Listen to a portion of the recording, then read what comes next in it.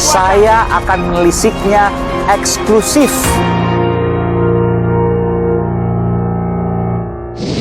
Saudara, dari pergerakan politik yang bisa kita cermati saat ini, sesungguhnya memunculkan sebuah kesimpulan akan potensi terbentuknya poros-poros politik baru.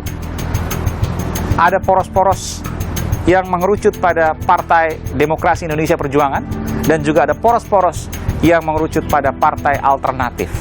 Siapakah capres mereka tentu masih bicara belakangan, tapi bahwa ada poros yang akan segera mengerucut di hari-hari ke depan akan menjadi sebuah fakta.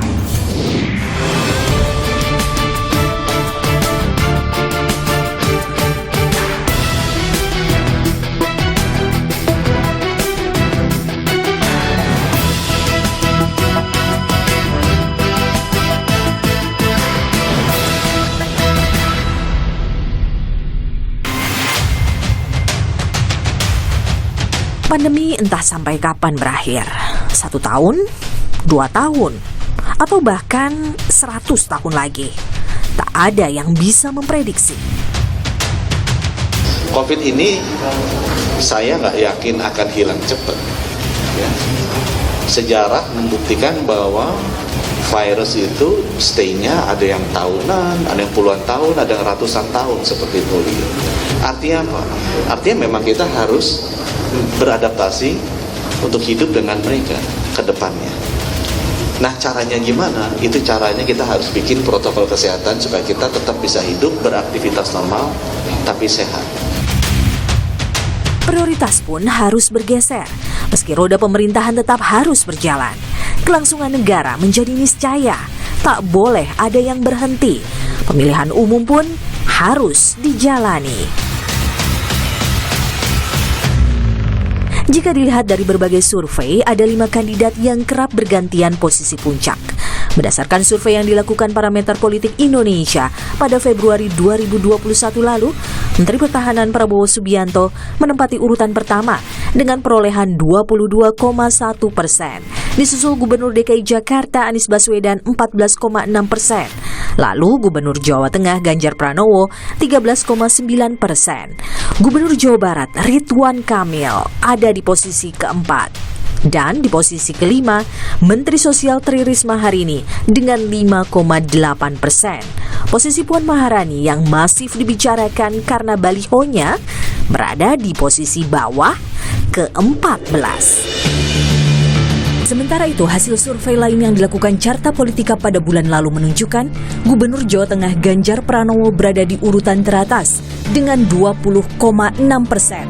Anies Baswedan di posisi kedua dengan 17,5%, disusul Prabowo Subianto 17,5%, Sandiaga Uno di tempat keempat, dan di posisi kelima ditempati Gubernur Jawa Barat Ridwan Kamil. Kedudukan Puan Maharani berada di posisi ke-9. Ada pula survei elektabilitas calon potensial 2024 oleh Indonesia Political Opinion yang dilakukan baru saja Agustus 2021. Anies Baswedan dalam survei ini menempati urutan paling atas dengan 18,7%. Disusul Gubernur Jawa Tengah Ganjar Pranowo 16,5%. Di posisi ketiga ada Menteri Pariwisata dan Ekonomi Kreatif Sandiaga Uno 13,5%. Ketua Umum Partai Demokrat Agus Harimurti Yudhoyono di posisi keempat, sementara Menteri Pertahanan Prabowo Subianto berada di posisi kelima. Hasil elektabilitas dari sejumlah lembaga survei bisa jadi gambaran awal. Sangat mungkin ada 3 poros yang akan bertarung. Poros pertama dari PDI Perjuangan yang akan berkoalisi dengan Partai Gerindra dengan kandidat calon Presiden Prabowo Subianto. Sementara itu di internal PDI Perjuangan ada 2 pilihan kandidat favorit, Puan Maharani atau Ganjar Pranowo. Selain itu ada pula poros alternatif pertama. Poros ini kemungkinan besar akan diisi koalisi Partai Nasdem, PKS, dan PAN. Dengan kandidat calon presiden yang paling mungkin adalah Anies Baswedan.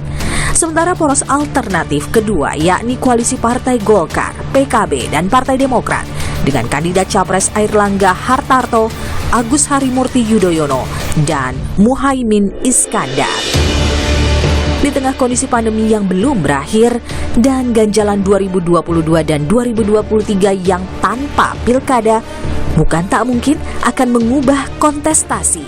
Poros politik bisa saja berubah.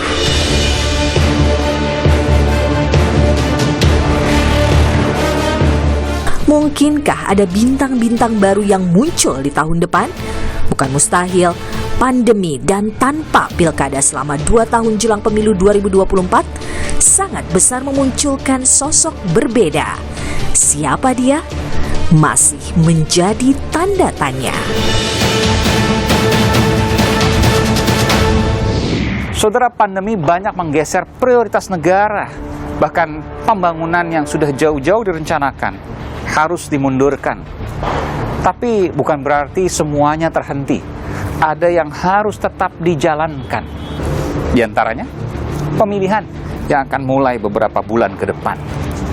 Hanya satu pesan, jika nanti semuanya dijalankan, maka pemilihan adalah memenangkan hati masyarakat.